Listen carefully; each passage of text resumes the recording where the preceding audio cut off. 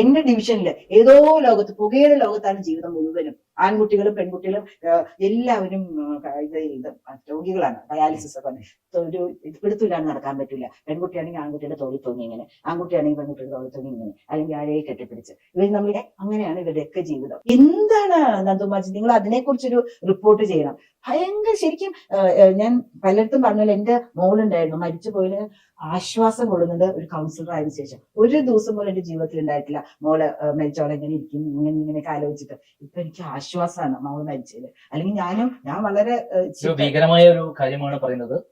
പത്മജ യസ്മാനെ പോലെ സോഷ്യൽ പ്രവർത്തക, BJPയുടെ അഖിലേന്ത്യാ സെക്രട്ടറി എന്നാണ്